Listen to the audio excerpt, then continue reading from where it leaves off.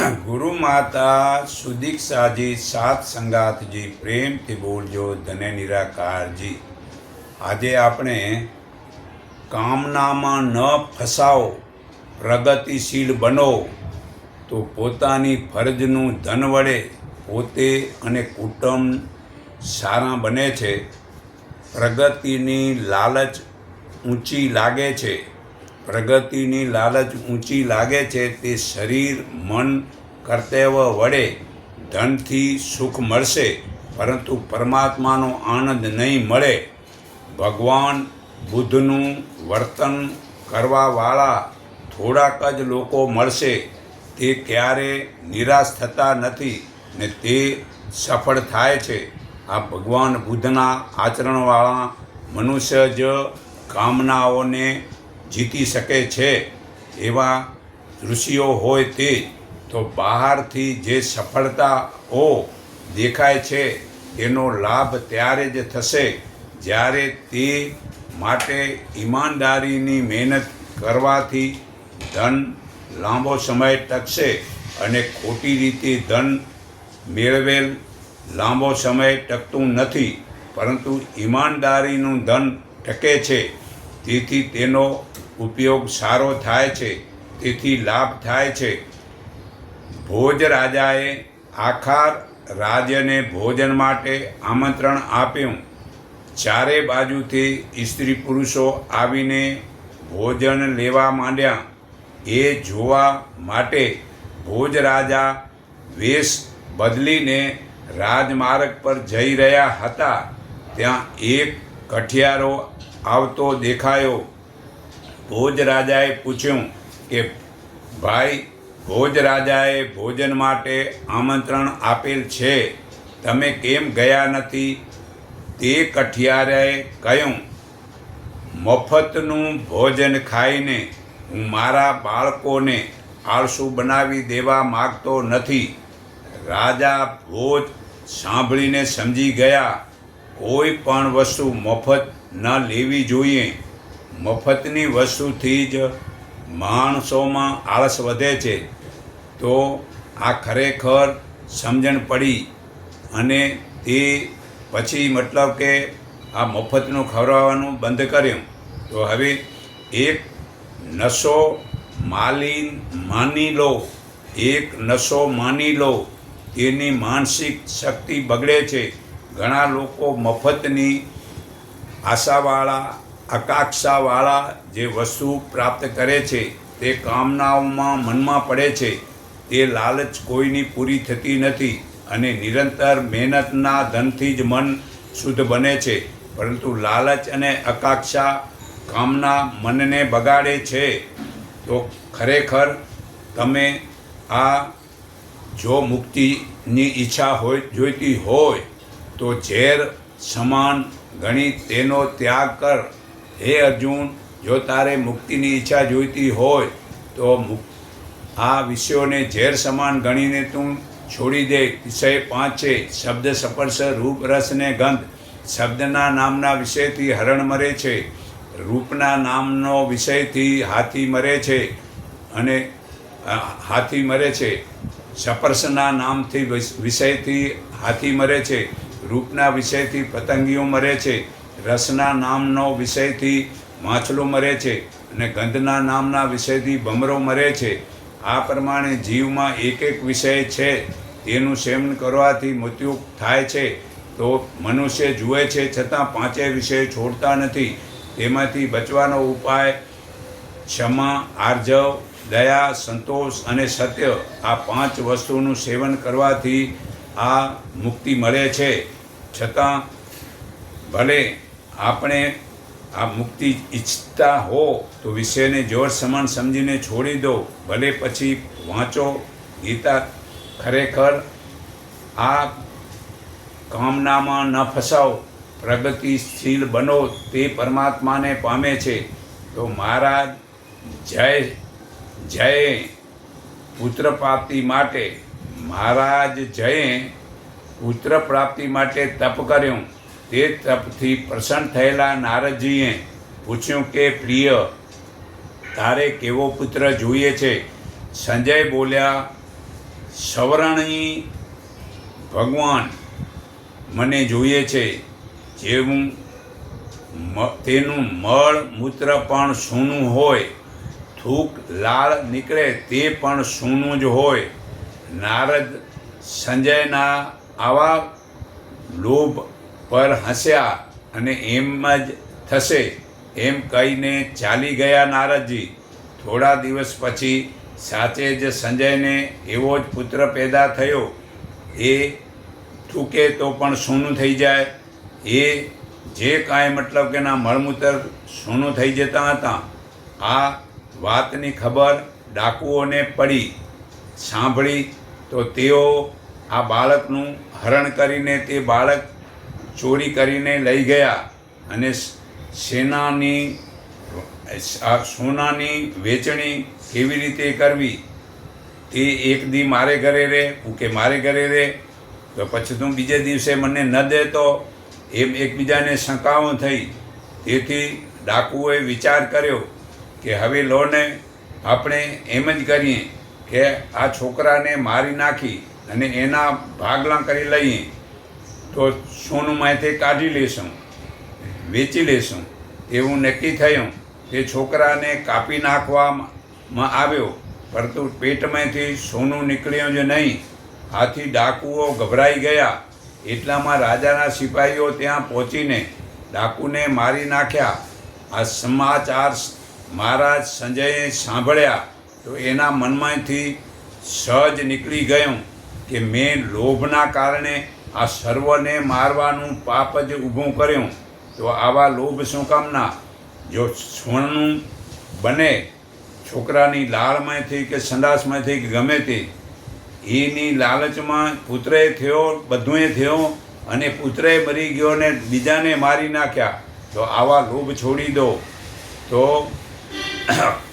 પ્રગતિશીલ અને કામનાગ્રસ્તને ઉત્સાહ શરૂઆતમાં એક સરખો લાગે છે, પરંતુ બંનેમાં પરિણામમાં જુદા મળે છે.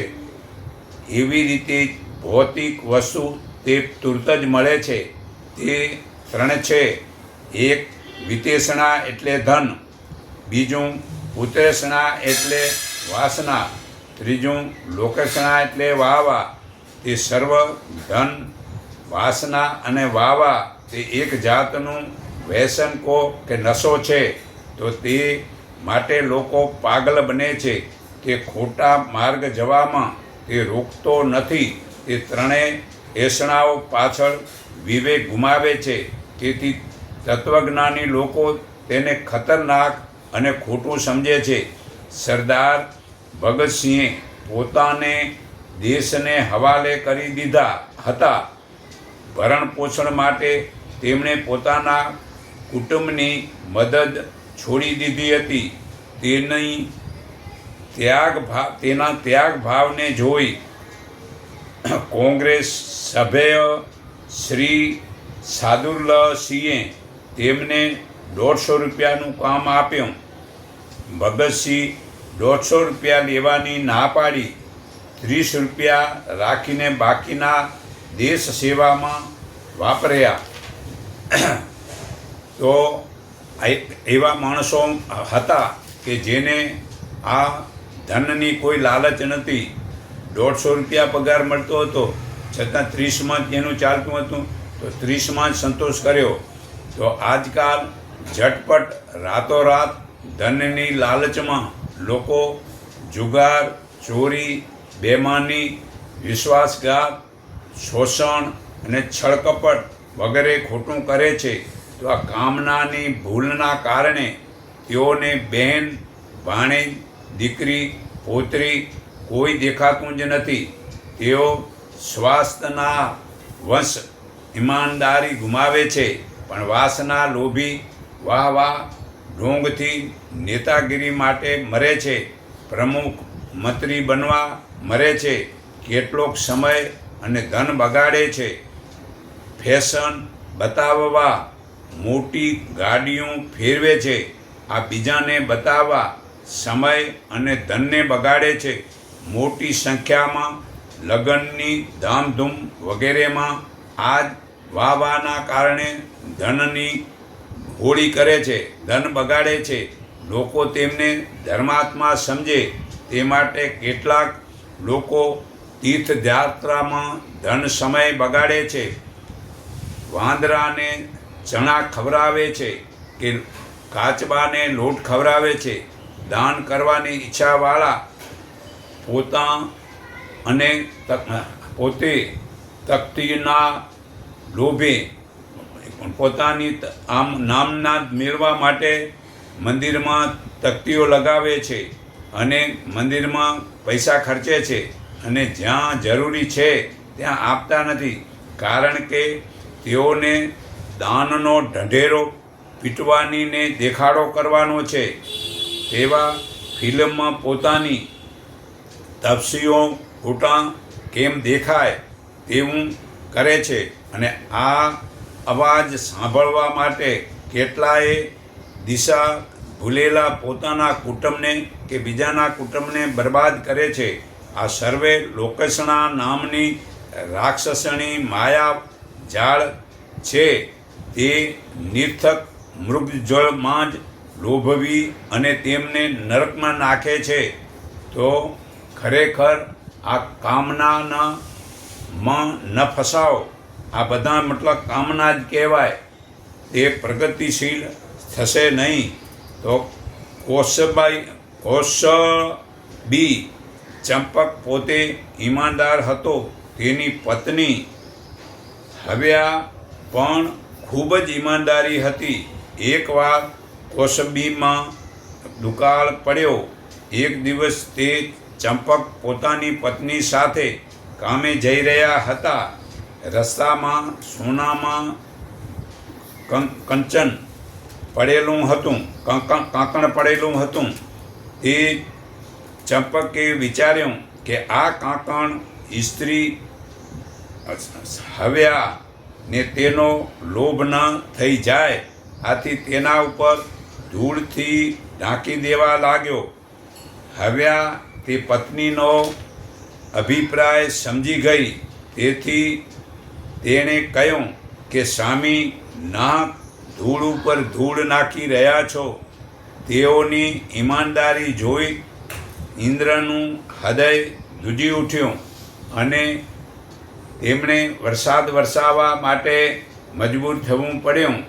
તો ધન, વાસના અને વાવાની ત્રિવે ઈચ્છા તે એક વ્યસન કે નશો છે. તે પુરુષાર્થ ગણાતો નથી.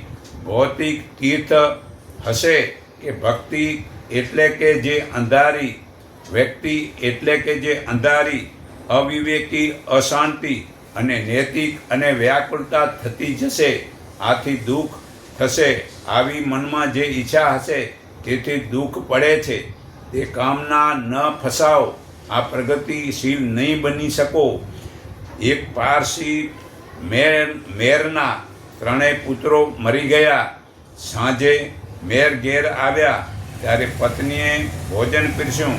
ભોજન કરતી વખતે મેરે પૂછ્યું કે હે ભદ્રે, બાળકો કેમ દેખાતા નથી? પત્નીએ કહ્યું કે હે સ્વામી, કાલે આપણે જે સ્ત્રીના ઘરેણાં લાવ્યા હતા તે આજે લેવા આવી હતી. મેરે કહ્યું તો પછી આપી કેમ ન દીધા? પારકી વસ્તુ રાખવાની જરૂર નથી. ઠીક એમ કહી તે તેમને શયનખંડમાં લઈ ગઈ, જ્યાં તેણે બાળકોના શબ પડ્યા હતા. તે મેર જોઈને રડવા લાગ્યા. પત્નીએ કહ્યું કે સ્વામી, આપ હમણાં તો કહી રહ્યા હતા કે કોઈ પોતાની વસ્તુ લઈ લે તો એનું દુઃખ ન રાખવું જોઈએ. તો પુત્રો ભગવાનના હતા, તેણે પાછા લઈ લીધા, તો દુઃખ શું કામ કરો છો? મેરને તે જ્ઞાન હૃદયમાં સમજાણું. તે સાંભળીને મન હલકું થઈ ગયું. તે કામના ન ફસાવો. કોઈ પણ વસ્તુ આપણી નથી. તેના માટે છોડીને પ્રગતિશીલ માટેનું પ્રયત્ન કરો. તો આપણે પ્રગતિ કરવી જોઈએ. તો કામ વાસના નહીં પણ આત્મજ્ઞાન માટે ધૈર્ય અને ઈમાનદારીથી કરેલી સાધનાથી વધુ લાભ થાય છે. ભૌતિક વસ્તુ ગમે એટલી મેળવી હોય તે સુખ મળતું નથી. એક વસ્તુ વાપરો એમાં એક ગણું દુઃખ થાય છે. ઘણી પ્રકારની મતલબ વાપરો તો ઘણું દુઃખ થાય છે. પણ તે સુખ છે, પરંતુ સાચો આનંદ પરમાત્મામાં શ્રદ્ધાથી રાખીને મન પુરાવાથી મળે છે. સ્વામી રામતીર્થના સત્સંગનો અમેરિકામાં એટલો પ્રભાવ પડ્યો કે તેમને એક સાથે 12 યુનિવર્સિટીઓનો ડૉક્ટર પદવી આપી. તે પ્રસ્તાવને ન સ્વીકારતા સ્વામીએ કહ્યું કે સેવાનું મૂલ્ય આત્માનુભૂતિ છે. પદવી લઈને હું મારો અહંકાર વધારવાનો નથી. મારી સ્વામીજીની જે પદવી છે તે MA પદવીઓ છે. તો આવી પદવી સ્વામીની છોડીને હવે મારે કોઈ યુનિવર્સિટીની પદવી મેળવી નથી. તો આ કાંઈ બી મેળવવું એ એક કામના જ છે ને એ કામનામાં ન ફસાવો. આ કામનામાં ફસાયેલા વ્યક્તિઓ જ ખરેખર પોતાને પ્રગતિશીલ કરી શકતા નથી. તો અથર્વવેદ 23:15 બીજાઓના આશીર્વાદ કે ઉપદેશ વડે કોઈનું પણ ધ્યેય કદાપી સિદ્ધ થઈ શકતો નથી.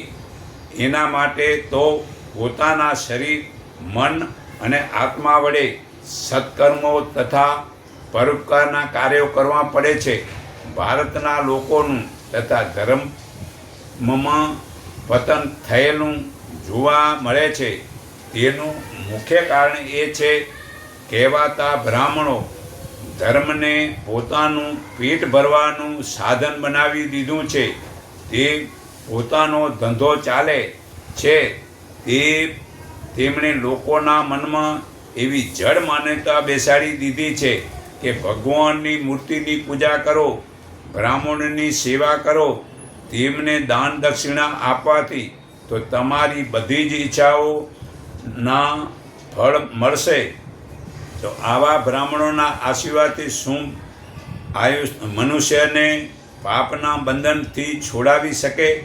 જો કોઈના આશીર્વાદથી જ બીજાનું કલ્યાણ થઈ જાય તો આજે સંસારમાં કોઈ પણ દુઃખી જોવા ન મળે. આવા વ્યર્થ ખોટા વિચારોને કારણે જ લોકો આળસુ અને કર્મને છોડી દે છે. તે પોતે કાંઈ કરતા જ નથી. તેથી ભારતના લોકો પાછળ રહી જાય છે.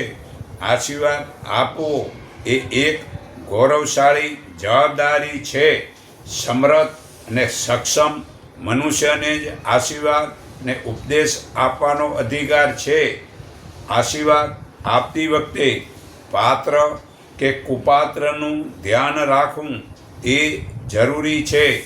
જો મનુષ્ય પોતે કાંઈ જ ન કરે અને માત્ર આશીર્વાદના ભરોસે જે ભગવાન આપશે કે ગુરુ વગેરેના આશીર્વાદથી જ પોતાની ઈચ્છાઓ પૂરી કરવાની આશા રાખી બેસી રહે, તેના જેવો મોટો મૂર્ખ બીજો કોઈ નથી. જુઓ, ધૃતરાષ્ટ્રે પણ મહાભારતના યુદ્ધ પહેલાં અર્જુનને વિજય ભવના આશીર્વાદ આપ્યા હતા, પરંતુ દુર્યોધન પોતાનો પુત્ર હોવા છતાં તેને વિજય ભવના આશીર્વાદ માગવા છતાંય આપ્યા નહોતા, કારણ કે કાર્ય ખોટું કરતો હતો. ઉપદેશ કે આશીર્વાદ માત્ર દુર્યોધન કહે છે તો અર્જુનને કેમ આપો છો? અરે, મને દેવો જ નહોતા આશીર્વાદ, પરંતુ એનું વર્તન જોઈને દેવાઈ ગયા. તો ખરેખર પાત્ર પુરુષાર્થને બળવાન બનાવવાનું જ કાર્ય કરે છે. તો પુરુષાર્થ તમારો સારો હશે તો ઓટોમેટિક આપ્યાવાળો આપશે. તો આશીર્વાદ આપનાર પ્રત્યે જો આપણી સાચી શ્રદ્ધાની ભાવના હોય તો આપણા મનમાં ખૂબ જ ઉત્સાહ જાગૃત થશે અને બીજાના કાર્યને સફળતાનો વિશ્વાસથી ચોક્કસ કાર્ય થાય છે તથા તે સત્કર્મો તથા પરોપકારના કાર્યોમાં લાગી જાય છે અને તેનો વિકાસ થાય છે, તો ખરેખર આપણે યજુર્વેદ 32:14 હે પરમાત્મા, વિધાન તત્વદર્શી તથા આત્માજ્ઞાની પુરુષો જે મેઘાવી બુદ્ધિ વડે સંસારમાં શ્રેષ્ઠ કર્મો કરે છે તેવી મેઘાવી બુદ્ધિ અમને પણ આપો. બુદ્ધિને પ્રકૃતિની શક્તિ કહેવાય છે. જેનું મગજ વધારે બળવાન છે, વધારે સૂક્ષ્મ છે, તેને બુદ્ધિમાન કહેવાય છે. પરંતુ અમુક લોકો બુદ્ધિનો ખોટો ઉપયોગ કરે છે, તે બુદ્ધિ નકામી છે. પરમાત્માની ઉપાસનાનો મુખ્ય હેતુ એ જ છે કે પ્રભુ અમોને મેઘાવી અને તત્વદર્શી બનાવો, જેનાથી સાચું આત્મજ્ઞાન પ્રાપ્ત થાય અને સત્ય આચરણ કરવાની ભાવના જાગૃત થાય. સંસારમાં જેટલા પણ શ્રેષ્ઠ પુરુષો છે તે બધાએ આ મેઘાવી બુદ્ધિ વડે જ આ અમરતા પ્રાપ્ત કરી છે. સ્વાર્થ છોડીને પવિત્ર અંતકરણથી તેઓ જ હંમેશા પરોપકારના કાર્યમાં લાગેલા રહે છે. મેઘાવી બુદ્ધિ જ આપણા આત્માબળની વૃદ્ધિ કરે છે, શક્તિ પેદા કરે છે. તેથી મન પવિત્ર બને છે તથા મનને વશમાં રાખવું. કામ પણ સરળ બને છે. કામ, ક્રોધ, લોભ, ભય, ઈર્ષા, નફરત, વાસના, દંભ, મોહ વગેરે મનોવિકારો મેઘાવી બુદ્ધિની સાત્વિક અસરથી શાંત થઈ જાય છે. પરમાત્માની કૃપા વડે જ મેઘાવી બુદ્ધિનું વરદાન મળે છે. જે મનુષ્ય જેટલા પ્રમાણમાં પરમાત્માની સત્તા સાથે એકાકાર લીન થવાનો પ્રયત્ન કરે છે, તેટલા જ પ્રમાણમાં તેનામાં દેવી ગુણો વધે છે અને તેને સર્વગીત આનંદની અનુભૂતિ થાય છે. મેઘાવી બુદ્ધિ જ આત્માબળને વધારે છે. હે અર્જુન, જે બુદ્ધિ પ્રવૃત્તિ અને નિવૃત્તિ કરવા યોગ્ય અને ન કરવા યોગ્ય, ભય અને અભય તથા બંધન અને મુક્તિને તત્વથી જાણે છે, તે સાત્વિક બુદ્ધિ છે. અને હે પાર્થ, જેના વડે આ મનુષ્ય ધર્મને જ અધર્મને તથા કાર્યને અકાર્યને બરાબર રીતે જાણી શકતો નથી, તે બુદ્ધિ રાજસી છે. હે પાર્થ, અજ્ઞાનથી ઢંકાયેલી જે બુદ્ધિ પાપને ધર્મ જ સમજે છે અને બધા જ પદાર્થને અવળી રીતે જુએ છે, તે બુદ્ધિ તામસી છે. આ ગીતા અધ્યાય 18 શ્લોક 30-32 પુરાવો છે. જ્યારે તારી બુદ્ધિ મોરરૂપી કીચડને તરી જશે, ત્યારે તું સાંભળેલા અને સાંભળવાના બાકી રહેલા કર્મફળનો વૈરાગ પામીશ. શાસ્ત્રોના અનેક પ્રકારના સિદ્ધાંતોને તારી બુદ્ધિને છોડી દેશે, ત્યારે તને સમાધિમાં સ્થિત થશે, ત્યારે તું તત્વજ્ઞાનીનું ફળને પામીશ. આ ગીતા અધ્યાય 2 શ્લોક 52-53 પુરાવો છે. તો ખરેખર અથર્વવેદ 4:9-7 સંસારની વિચિત્રતાને ધ્યાનમાં રાખીને હંમેશા સત્ય બોલો ને આત્માબળ પ્રાપ્ત કરો. પરમાત્માએ સંસારને અનેક પ્રકારની સગવડો આપી છે. સંસારમાં સત્ય વડે જ ખૂબ જ બળ અને શક્તિ વધે છે. સત્યનો અર્થ છે જે પદાર્થ જેવો છે, સૂક્ષ્મ કપાયની બળે નહીં, તેને તેવો જ જાણવો, બીજાઓની સામે પ્રગટ કરવો. શાસ્ત્રોમાં સત્યને જ તપ ને ધર્મનું નામ પણ આપ્યું છે. સત્યને જ ભગવાન કહેવાય છે. તો સત્યને સાધવા માટે નામ, મંત્ર કે રૂપને જોડવા નથી. સત્યને શોધવા માટે આપણે શ્વાસોશ્વાસને જોવાનું છે. ત્યારે કોઈ પણ સંપ્રદાય સંબંધ રાખવો નથી. જો નામ, મંત્ર, રૂપને શ્વાસની સાથે જોડવાથી તો પાછો સંબંધ સંપ્રદાયનો સાથે બંધાઈ જશે. આપણને ભગવાન પ્રાપ્ત કરવા છે, તે માટે નામ, મંત્ર, રૂપને જોશું તો તેવા તરંગો બનશે. આપણને પોતાના ચેતન આત્માના તરંગો બનાવવા છે. માટે સર્વ રોગને કાઢવો છે. એ માટે આપણે શુદ્ધ શ્વાસનો સારો લીધો છે. તો શુદ્ધ શ્વાસ તેને જ કહેવાય છે કે કોઈ પણ નામ મંત્ર કે રૂપને જોડશું નહીં ત્યારે શુદ્ધ શ્વાસ ગણાય છે. એ શુદ્ધ શ્વાસથી તરંગો બનાવવા છે. તે આંખને બંધ કરી સત્યનો સાત્કાર સ્થૂળથી શરૂઆત થાય છે. સ્થૂળથી સૂક્ષ્મ, સૂક્ષ્મથી સૂક્ષ્મ પરમપિતા પરમાત્મા સત્ય સુધી પહોંચવાનો સાત્કારનો અનુભવ કરાવવો છે. વિપස්සના શીખવે છે સત્યનો જ જય થાય છે. અસત્યને ખોટાઓને કદાપી જય થતો નથી. સત્ય બોલવાથી મોટામાં મોટા પાપોથી બચી જવાય છે. સત્ય સૌથી મોટું ધર્મ છે અને સ્વર્ગની મોટી સીડી છે. સત્ય સૌથી શ્રેષ્ઠ યજ્ઞ છે. સત્યનું ખોટું જેવું બીજું કોઈ મોટું પાપ નથી. અસત્યના ખોટું જેવું બીજું કોઈ મોટું પાપ નથી. સત્યનું પાલન કરનાર લોકો હંમેશા શ્રેષ્ઠ માર્ગ આગળ વધે છે. યશવી અને આભા મંડળી તથા ઓજસ્વી બને છે. તેના શરીરમાંથી આભા મંડળનો ઉત્સાહ વધે છે. તેના શરીરમાંથી ઓજસના તરંગો નીકળે છે.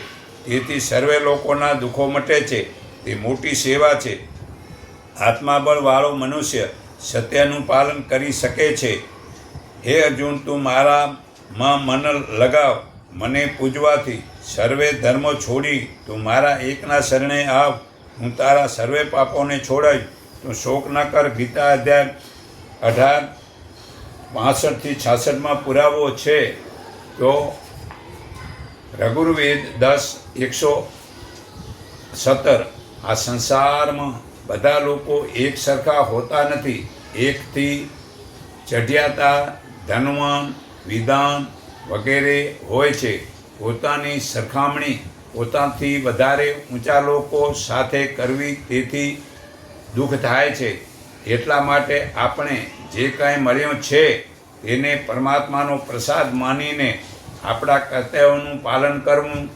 જીવનમાં જ્ઞાન અને કર્મ બંનેની જરૂર છે. તે જ્ઞાનના લક્ષ્યથી અંતઃકરણમાં જ્ઞાનનો પ્રકાશથી જીવનનું કલ્યાણ થાય છે. કોઈ પણ મનુષ્ય બધા જ કર્મ એકલો કરી શકતો નથી અને બધી જ પ્રકારનું જ્ઞાન મેળવી શકતો નથી. એકબીજાની મદદની જરૂર પડે છે. જ્ઞાની પુરુષ સંત વૃત્તિનો હોય છે, શાંત બુદ્ધિનો હોય છે. તે પોતાની બધી જ સિદ્ધિઓને પરમાત્માની કૃપા માનીને સંતોષ પામે છે. વેર ઈર્ષાનો ભાવ તેના મનમાં આવતો નથી.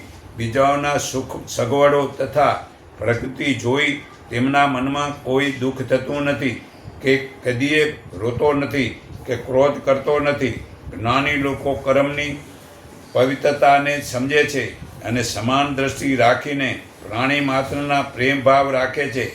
આત્મા જ્ઞાનથી જ તે ફક્ત પોતાની જ ઉન્નતિ સંતોષ થતો નથી, પરંતુ બધાની ઉન્નતિમાં પોતાની ઉન્નતિ માને છે. આ ચારિત્રવાન મનુષ્યની જ આ જ ઓળખાણ છે. તો ખરેખર રઘુર્વેદ 7:89 પરમાત્માને સાક્ષી રાખીને આપણી ભૂલોને, ખામીઓને, દુર્ગુણોને, ખોટા કર્મોને સ્વીકારીને પરમાત્માની હાજરીમાં પરમાત્માને એવી પ્રાર્થના કરીએ કે હે પરમાત્મા, અમારી ભૂલોને છોડાવો. દરરોજ આપણે 6 થી 7 કલાક સૂઈએ છીએ. 24 કલાકમાંથી તે 6-7 કલાક બાદ કરવાથી 17 થી 18 કલાક સુધી રોજ જાગૃત અવસ્થામાં રહીએ છીએ. ત્યારે દિવસમાં આપણા મનમાં ઘણા વિચારો આવે છે. આપણે ઘણો બધો સમર્થ ખોટી વાતોમાં અને ખોટા કર્મમાં વાપરીએ છીએ. આપણે કોઈ એક દિવસનું સરવૈયું કાઢીએ તો કાલે શું શું સારું કર્યું અને શું શું ખરાબ કર્યું, કેટલી વાર પરમાત્માની યાદમાં રહ્યા અને કેટલો સમય ખોટા વિચારમાં રહ્યા, ત્યારે આપણને સમજાશે કે મેં તો મોટા ભાગનો સમય ખોટા વિચારમાં બગાડ્યો છે. તો ફક્ત એક દિવસના સરવૈયાથી સમજાશે કે મારા અમૂલ્ય મનુષ્ય શરીરને એક દિવસ વ્યર્થ કર્યો છે. આવા આત્માના વિચારથી આપણને પરમાત્માની મદદ લેવી જોઈએ.